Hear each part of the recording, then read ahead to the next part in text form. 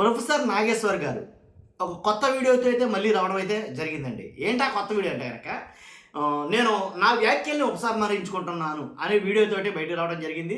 దానికన్నా ముందు కొన్ని మాటలైతే మాట్లాడారు ఆయన. ఒక వీడియో బయట అయితే ప్లే చేయించాడు ఆయన. ఏ ఛానల్లో అయితే ప్రొఫెసర్ నాగేశ్వర్ వ్యాఖ్యల్ని ఖండించారో, ఏ ఛానల్లో మాట్లాడితే రాష్ట్రం మొత్తం ఇంత రాద్ధాంతం జరిగిందో, ఏ ఛానల్లో మాట్లాడితే జనసేన, అటు టీడీపీ, అటు ఎల్లో మీడియా వీళ్ళందరూ కలిసి ముక్త కంఠంతో దాడి చేశారో, పైపెచ్చు కేసులు కూడా పెట్టారో, ఆ మాటలు ఏవైతే ఉన్నాయో ఆ మాటల గురించి మరో వీడియోతో నాగేశ్వర్ గారు ముందుకు వచ్చారు. ఆ వీడియో కన్నా ముందు ఒక వీడియో బయట అయితే ప్లే చేయమన్నాడు ఆయన. అదే టీవీ ఛానల్లో డిబేట్లో కూర్చుని నా తరఫున ఒక వీడియో ప్లే చేయండి అని అడిగాడు ఆయన నాగేశ్వర్ గారు. ఏంటి ఆ వీడియో అంటే పవన్ కళ్యాణ్ గారి వీడియో. పవన్ కళ్యాణ్ గారి వీడియో పనిగట్టుకుని ప్లే చేయించాడు. పవన్ కళ్యాణ్ గారి వీడియో ప్లే చేసిన తర్వాత జనసేన వాళ్ళకి, టీడీపీ వాళ్ళకి, ఎల్లో మీడియా వాళ్ళకి అందరికీ అర్థమై ఉంటుంది.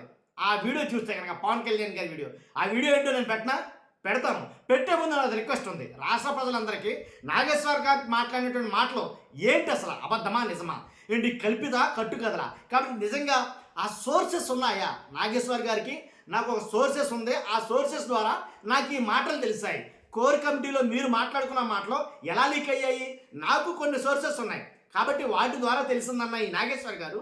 కాబట్టి ఆ మాటలు వాస్తవమా అబద్ధమా, కల్పితమా కట్టు కదలా తేలాలి. కాబట్టి ఖచ్చితంగా ఆయన టీవీ డిబేట్లో కూర్చునే ముందు ఒక వీడియోని ప్లే చేయమన్నాడు. ఆ వీడియో ఏంటో చెప్తాను. ఆ వీడియో అవసరమైతే నేను ఇక్కడ ప్లే చేస్తాను.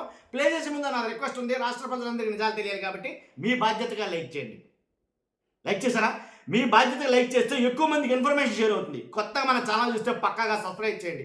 మీ అమూల్యమైన అభిప్రాయాలు ఈ వీడియో ఎండ్ వరకు చూసి నేను మాట్లాడింది నిజమా అబద్ధమా, ప్రొఫెసర్ నాగేశ్వర్ గారు మాట్లాడిన ఆ మాటల్లో వాస్తవం ఎంత అనే దాని మీద మనం మాట్లాడబోతున్నాం. ఫస్ట్ అయితే లైక్ చేయండి. ఇంతగా విషయం ఏంటా బయట అని అంటే కనుక ఒక్కసారి కేంద్రం చేత నేను ఆటలు ఆడించకపోతాడు ఒక రోజు.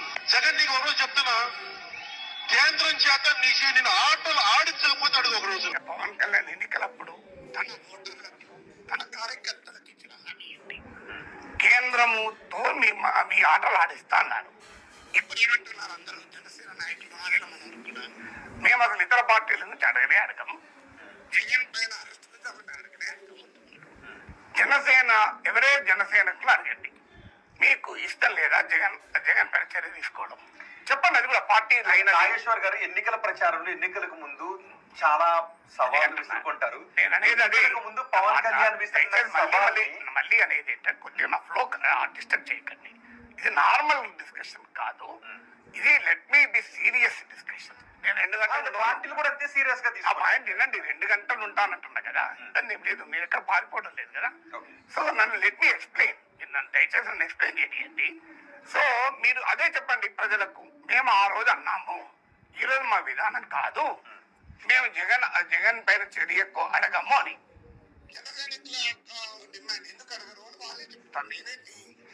అది విధానం అయితే నాకు అభ్యంతరం లేదు. ఒకటి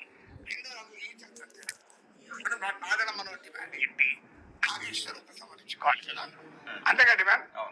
నేను బేషరతుగా ఎలాంటి బేసిజాలకు పోకుండా, బిషలు లేకుండా నా వ్యాఖ్యలు ఉపసంహరించుకుంటున్నాను.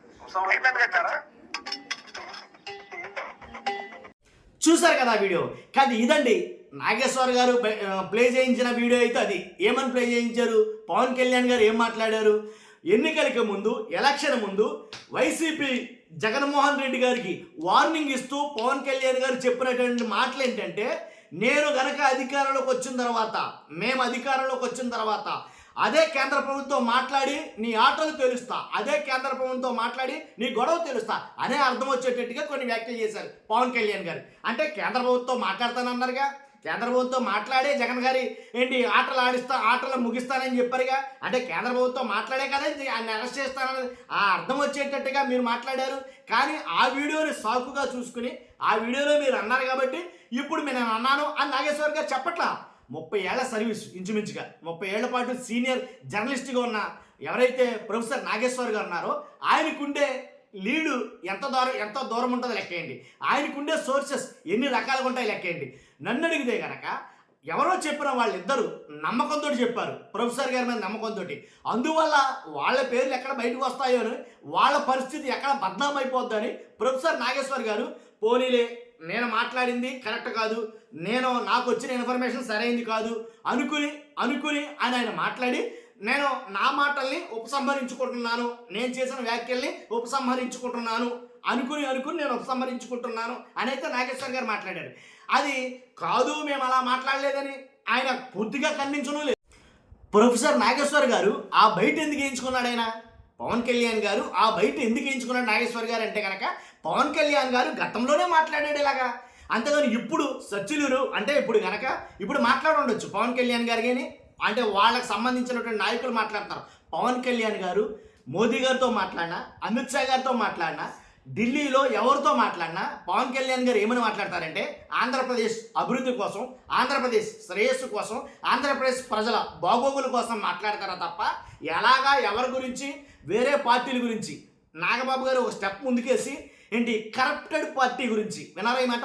నాగబాబు గారు సొంతంగా ఆయన నోటి నుంచి మాట్లాడిన మాటలో corrupted party, YSRCP corrupted party గురించి అసలు మాట్లాడరు. ఆయన మాట్లాడుతూ వచ్చాను. ఆయన ఎంతటి గొప్ప వ్యక్తో నాకు తెలుసు. ఎవరో పవన్ కళ్యాణ్ గారు అంత గొప్ప వ్యక్తి వెళ్ళి మాట్లాడేది ఏంటంటే కేంద్రంతో ఆంధ్రప్రదేశ్ అభివృద్ధి గురించే.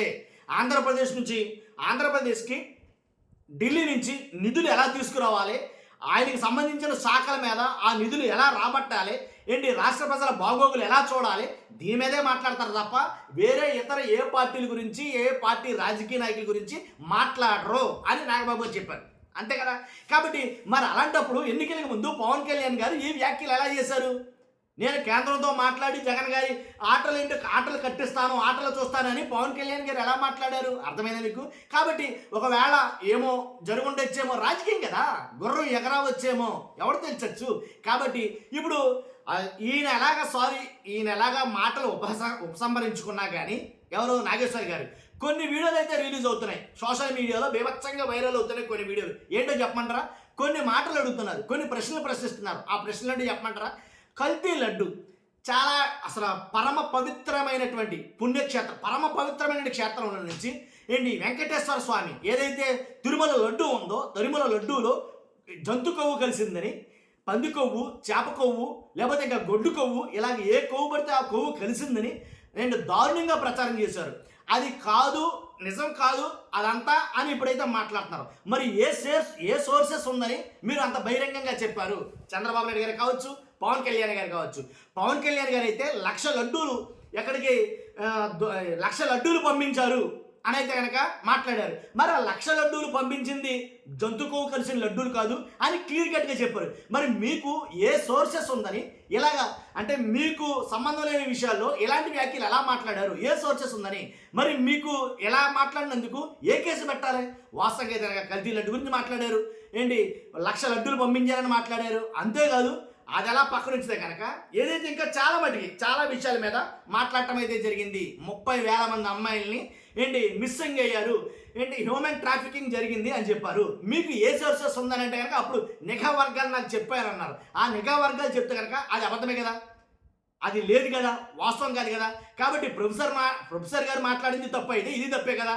అంతేకాదు 30 మంది అమ్మాయిల గురించి, అలాగే తిరుమల లడ్డు గురించి, అలాగే ఏది పడితే అది మనమైతే మాట్లాడేయచ్చు. మనకి కరెక్ట్ సోర్సెస్ ఉండవసలా. మనకి ఎవరు చెప్పినా చెప్పకపోయినా మన దగ్గర ఆధారం ఉన్నా లేకపోయినా మనమైతే మాట్లాడేయచ్చు. ఎంతటోడు మాట్లాడితే మాత్రం కేసు అంటాం మనం. అంతే కదా విధానం. కాబట్టి అదేనా జరుగుతుంది అని అయితే కనుక చాలామంది విమర్శిస్తున్నారు. అంతేకాదు ఈ రెండే కాదండి, ఏదైతే జగన్మోహన్ రెడ్డి గారు 10 లక్షల కోట్లు 15 లక్షల కోట్లు అని నోటికి ఎంత వస్తే అంత అన్ని కోట్లు అప్పులు చేసేసాడు, ఆంధ్రప్రదేశ్ అప్పులు కుప్పగా చేసేసాడు, ఆంధ్రప్రదేశ్ని ముంచేసాడు ఆర్థికంగా అని అయితే మాట్లాడారు. వాస్తవాలు ఏంటి? మీ నోటే, మీ ప్రభుత్వం వచ్చిన తర్వాతే అసెంబ్లీలో మీ మంత్రులే చెప్పిన మాట 3 లక్షల కోట్లు చిల్లర అప్పు జరిగింది 5 ఏళ్ల కాలంలో అని చెప్పారా లేదా? మరి అలాంటప్పుడు ఏ సోర్సెస్ తోటి మీరు చెప్పారు? కాబట్టి మీరు చెప్పింది తప్పే కదా. నాగేశ్వర్ గారు చెప్పింది తప్పైతే కనుక ఇవన్నీ తప్పేగా.